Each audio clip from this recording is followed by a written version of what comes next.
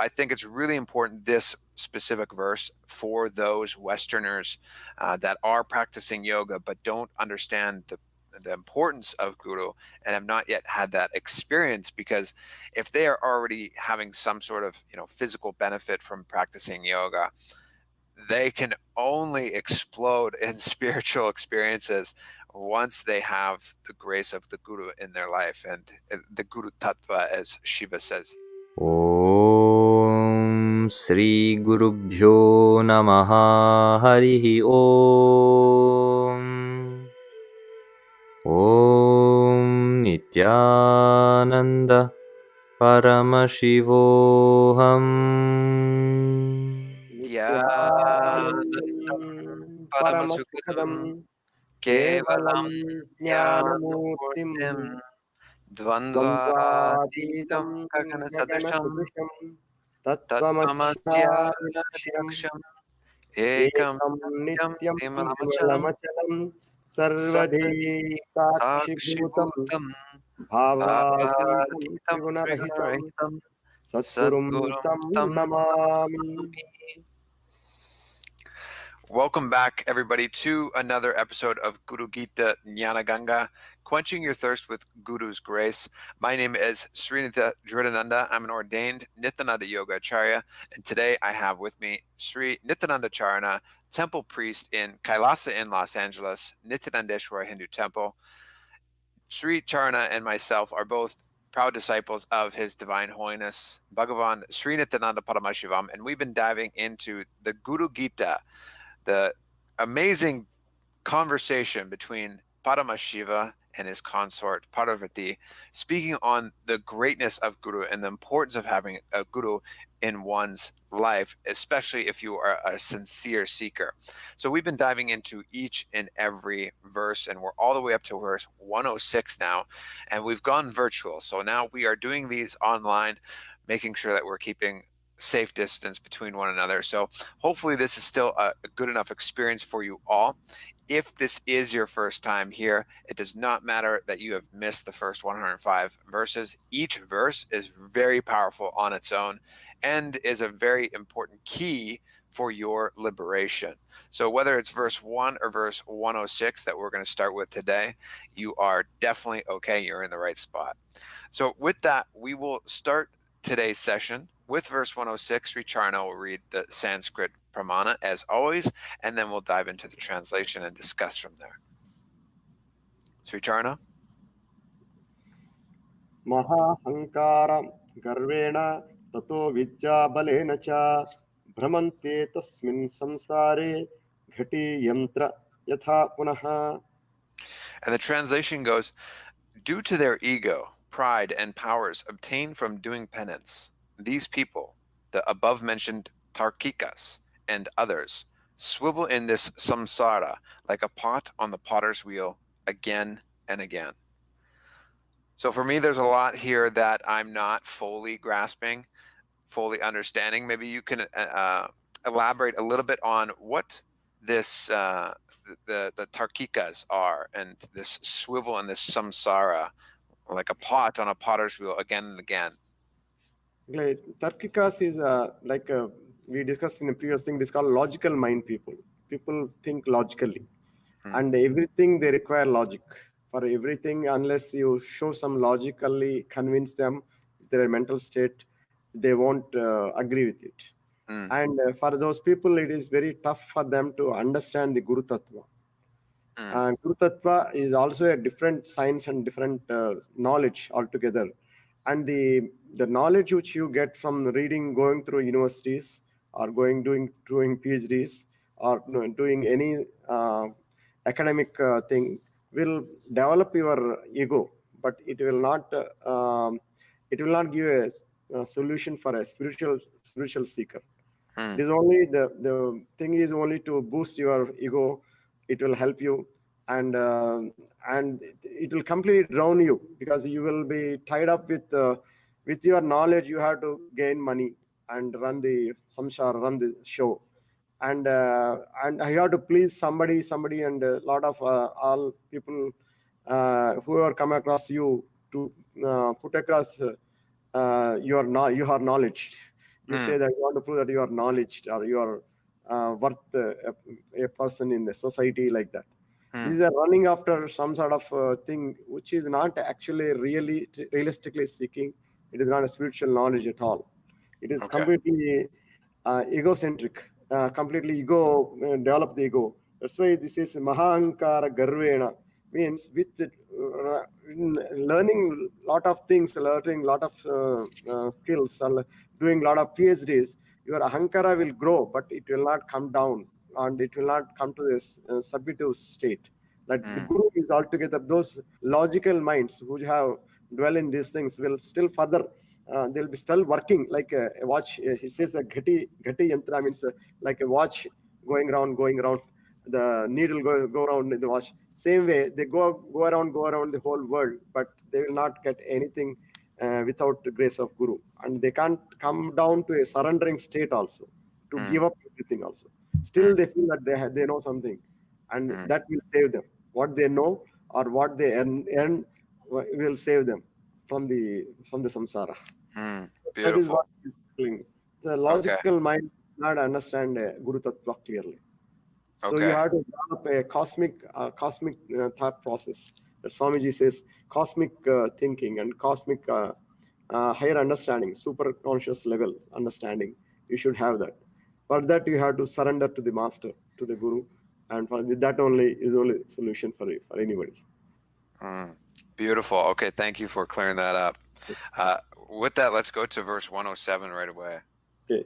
Yagnino apina muktaha syu na mukta yoginastada tapasa apino mukta guru tattvatma ragmukhaha. Neither those who perform sacred rituals, nor the seekers of yogic path, nor those who perform penance can attain liberation if they ignore the Guru Tattva. Yes. Yeah, the emphasis is on that Guru Tattva that the Shiva is telling from the beginning of this chapter, that he himself prostrate to that Guru Tattva, which is and time bound or no timeless space, that higher super consciousness, or that Guru Tattva to whom Shiva himself is prostrating.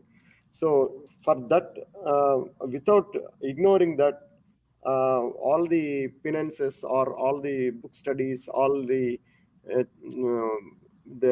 tapasik means those who do penance, lot of penance, lot of sincerely attending to some sort of rituals and doing those things. All these things without getting the nearness and oneness alignment to the Guru, it is all futile. Your efforts are futile, waste. Any moment it will trigger anger in you. Any moment it will pull you down into the SDHD that we talked earlier, like self doubt, doubt, self hatred, and what is it, SDHD, those things. It will Self-denial. pull down into it. Yeah, those things. So it So will pull down to that. Yeah. what I find interesting is also the yogic path, because so many yogis in the West, they completely ignore this concept of guru, which is the very substratum of all Kundalini awakening, of the highest experience of yoga. And whether it's Sage Svatmarama, who is the founder of Hatha Yoga, or whether it's in the Granda Samhita, Shiva Samhita, all the different yogic texts, they all speak about the importance of Guru. And Svatmarama says the Guru and the awakening of the Kundalini Shakti by Guru is the very substratum of all yoga. And so I think it's really important, this specific verse, for those Westerners that are practicing yoga but don't understand the importance of Guru and have not yet had that experience. Because if they are already having some sort of physical benefit from practicing yoga, they can only explode in spiritual experiences once they have the grace of the Guru in their life, and the Guru Tattva, as Shiva says here. So with that, we'll jump into verse 108. 108. Na muktastu gandharvaha pitru yakshastu charanaha ऋषयः सिद्धदेवाध्या गुरुसेवा पराग्मुखाः. And the translation goes, none who detests serving the Guru can be liberated, be they Gandharvas, Pitrus, Yakshas, Karanas, Devas, Rishis, Siddhas, who have attained spiritual powers, or other divine beings. Wow. So you can't detest serving the Guru, no matter who you are or what your state and space is. You will not be liberated if you detest serving the Guru. Yes, actually, the Gandharvas again go to the people who are different artists, like musicians, the musicians, and all the other different siddhas. Siddhas means attain some sort of magical powers in them, or some spiritual power in them. They can demo as long as the power is there in them, they will be okay. But it will not give a guarantee that you will get liberation. Or this thing. So suddenly the surrendering Guru and serving to Guru. Seva is the Guru. Means Guru, once you got a one connection with him, with the Guru, he will see your thing and suggest you to do certain things where you will be serving him by doing it. That is Guru walk, following the Guru walk. And he will give you some sort of work to you for your practices out of his grace. He will see your energy and give you. That way you will get connection, have a oneness, establish oneness with the cosmic energy through the channel of Guru. It is very rare or very impossible without Guru to getting any sort of high super consciousness. That's the main thing that is emphasis, that you must have a Guru where you will be connecting, seeing all divine through him, and working for him, serving him. Guru Seva you have to do. With that, with his grace, you will be liberated. You will get liberation. And it's pretty, profound that Shiva is saying even rishis and siddhas, if they detest serving a guru, it doesn't matter that they're a rishi or a siddha, that they will not achieve that ultimate paramashivatva, that ultimate state. And I think it's also interesting what you said about the Guru knows, he sees your inner energy, he sees your life path, and knows exactly what to assign you, or to guide you, and how to carry yourself, or how you can carry yourself along the path while staying connected to him in various different ways. Seeing Swamiji, put certain people in certain departments throughout the years has been very interesting. I never would have thought that I was actually going to be a yoga acharya, for instance, and but it just, after it had happened, after he had initiated me into that path and said to take the path of becoming a yoga acharya, that really resonated with me. I was like, yeah, this makes total sense. But he knew that, he saw that inner energy, and so naturally it's very difficult to detest the work that you do for Guru when he knows exactly what is the best for you on your path as well. Actually, another thing is developing a lot of trust on Guru is most important for any disciple. Like trust, after first you see is a lot different steps in the whole thing. First you have to identify a Guru and try to sit with him. With his grace, you will slowly follow his path. He's like yogacharya or any sort of service, like whatever he says, that you follow it. Then he will slowly make you nearer and give more and more responsibilities, and you'll enjoying those responsibilities. But again, oneness you have to find with him, and to do those efficiently also you have to have grace to. And all your mind will be playing sort of games, and people around will be also playing a lot of things also. But you should have that surrender and trust. Those two things will help you to. It is like, see, you build a small thing where I want to sit and I want to meditate. That sort of environment. Like that, first you identify a Guru, and then slowly develop trust on him and surrender to him. and give up your mind and submit to his fate.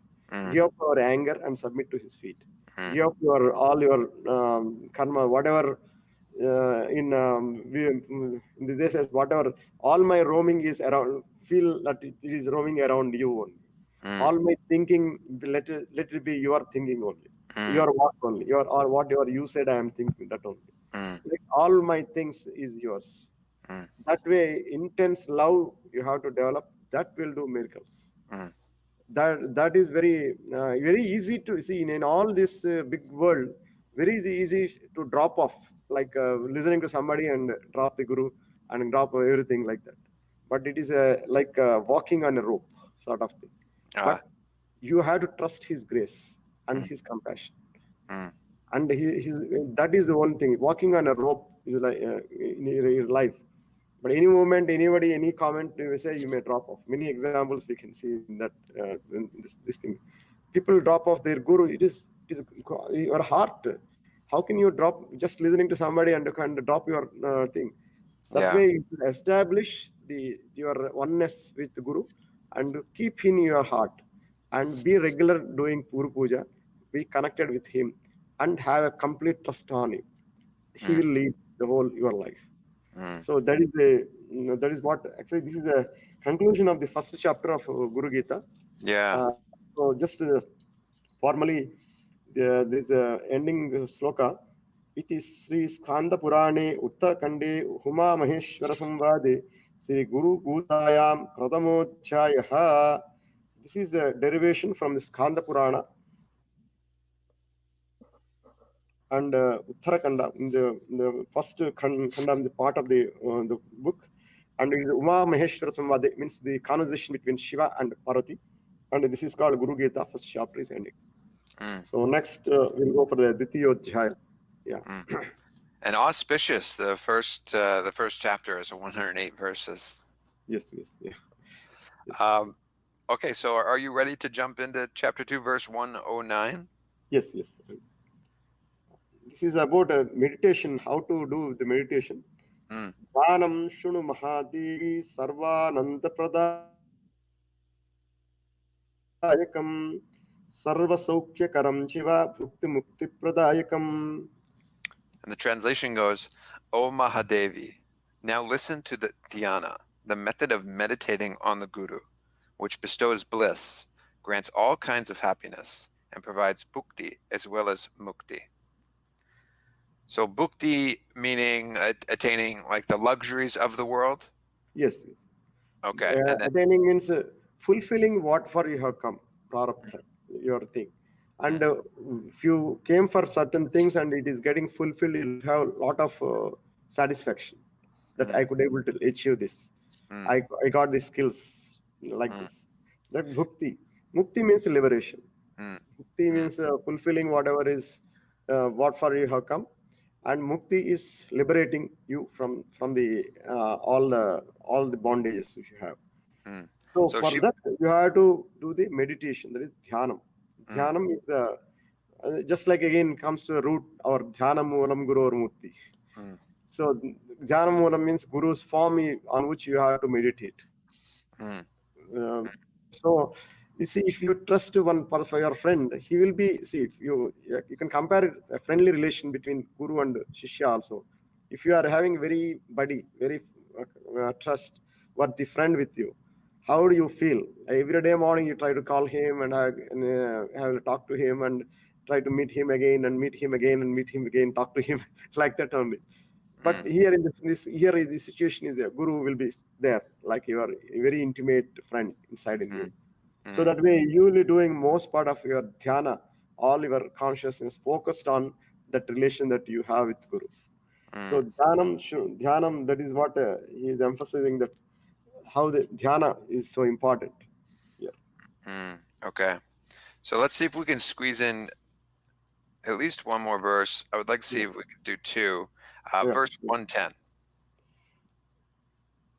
Srimat param brahma upam smarami, Srimat param brahma gurum bhajami, Srimat param brahma gurum padami, Srimat param brahma gurum namami. I reflect upon the auspicious Guru, who is the supreme Brahman. I worship the auspicious Guru, who is the supreme Brahman. I utter the name of the auspicious Guru, who is the supreme Brahman, and I bow down to the auspicious Guru, who is the supreme Brahman.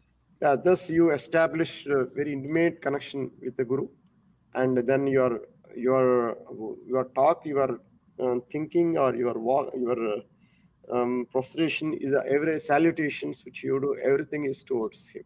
Mm, You are having a deep connection with him. mm, So that way, this is where Vadami means I will talk whatever Guru has imbibed. Guru's talks only, like talking mm, about satsang, Swamiji's, what Swamiji talked in latest satsang, or mm, keeping completely internally. And so, see, every closer devotee of Swamiji Guru is the encyclopedia of what Swamiji told and what he's practicing, what he heard. That mm. only. So whatever, if you ask, you'll just think what Swami told in particular so satsang, and Yeah, repeat it and do and enjoy that. yeah, So your talking is again whatever Swami talked, whatever the Guru talks, or mm, whatever Guru said, like mm, that. So mm, on that way you will be singing for him. Bhajami is again a action of singing the glory of. Singing the glory means again dwelling on the courageous, on his leelas uh, mean how he has healed people, how he has talked to some people, and how different human crowds attended to him, and how he gave solutions to them. uh, Suppose if you read any Guru Charitra, it will be like that only. Like how a personal, suppose Sai Baba, if you read Guru Charitra, it says how many people got healed by him. What are her leelas? How he demonstrated miracles. How he like that by reading them, or they just singing on them, you will be dwelling on his leelas, and you will merge with Guru. mm, That is one of the techniques, that the singing, talking, remembering, and prostrating, all this will happen for the Guru. mm, mm. Yeah. Okay. So we'll see if we can squeeze in this verse. If we don't get enough time to really dive into it, then we can also come back to it maybe tomorrow. But this verse, verse 111, can we dive into it? Yeah. Brahmanandam paramasukadam kevalam jnanamurtim dvandvatitam gaganasudrusham tattvamashyadi lakshyam ekam nityam vimalamachalam sarvadhi sakshibhutam bhavatitam trinaраhitam sadgurum tam namami. And so this is a revelation for me. I did not realize that our prayer, our Sadguru Vandanam, comes Yes, yes. directly from the Guru Gita. I knew Yeah. it was maybe some verses or some lines of it came from Guru Gita, but it's basically verbatim except for Brahmanandam. Yeah, It's so initially we call it Nithyanandam, yeah. and it is by the Guru Gita is Brahmanandam. So Mm, Guru Brahma, such why there is a Nithyanandam was made, Brahmanandam was made to Guru, Nithyanandam. mm, That is our actually or this thing. mm. So you can read the translation if you have with you that. Yeah. The So this translation goes sloka, the to translation the is embodiment of the Brahmanda, the eternal bliss, to the bestower of ultimate happiness, to the absolute one, to the embodiment of wisdom, to the one who is beyond the dualities, such as joy, sorrow, like, dislike, and is expansive as the sky, to the one who is referred by the statements that reveal the supreme truth, such as Tattvamasi, Tattvamasi, thou art that, to the eternal one who is pristine and firm, to the one who remains a witness to all kinds of wisdom, and to the one who is beyond thoughts and is devoid of the three gunas, the Sadguru, I prostrate. Yeah, this is a sloka which we chant to surrender ourselves to the lotus feet of the Guru, Mm, and we are realizing day by this thing, like he is going to show the tattvamasi. You are that, you are mm, that. That is the high concept. That is only tattvamasyadi lakshyam. His aim is only to make you realize the Supreme and make you enlightened. That is his only aim. That is only laksham for him. And he's establishing oneness with him is only the disciple objective. That's why we start the Guru Puja with this mantra. I love that. I'm so glad that we were able to cover that. Awesome. So yes, if you tuned into the beginning of this session, you know that we start, or if you've come to many of our sessions, we start with the Sadguru Vandanam, which is just that verse that we read out basically verbatim. And so it's nice to have this full translation here for everybody as well. So with that, we'll end today's session here. We start the Sadguru Vandanam just to get into that space of oneness, to connect to Swamiji, to really make sure that whatever I'm speaking, whatever Sri Charna is speaking, it's completely in tune with Swamiji. We're not trying to be separated from Swamiji in any way. We want to be in that space of Advaita. Is there another way that you could describe the purpose and the context of having this prayer before each and every session that we do? Because in every program, it's done. Just like invoking the presence of the Guru. This is the perfect sloka to describe the Guru Tattva. Perfect sloka to explain the Guru Tattva and recollecting it and before starting Guru Puja or any session. So by chanting this, whenever it chants, the Guru's space will be the space wherever you are in. Guru will be occupying the space. You are inviting him indirectly into the conversations, into the sessions, into the pujas, everything. By just remembering him with this sloka, and his presence is invoked. And so with that, we invite you to invite the Guru into your inner space as well. Every session we've kind of been talking a little bit about Paramashivoham. It is the ultimate online program for you to experience that space of Advaita, oneness with the Master, with His Divine Holiness, Sri Nithyananda Paramashivam. It's a 16-day online course, and highly recommend if you are a true, sincere seeker. If you're watching these Guru Gita's discourses or videos that we're doing, it is only not even like the tip of the iceberg of what you could experience with a true master, with the avatar himself, Swamiji. And so highly suggest checking out the link in the description below, paramashivoham.org, and signing up, registering for the next upcoming Paramashivoham, that you can receive this initiation, the Kundalini Shakti awakening, third eye opening, all from the comfort of your own home via two-way video conferencing with Swamiji. So definitely check that out if you have not yet already. And with that, we will close today with the Puna mantra. Om Purnamada Purnamidam Purnat Purnamudachyate Purnasya Purnamadaya Purnameva Vasishyate. Om Shanti Shanti Hari Om Tat Sat Sarvam Bhagavan Sri Nithyananda Paramashiva Padukatmanastu Om Nithyanandam.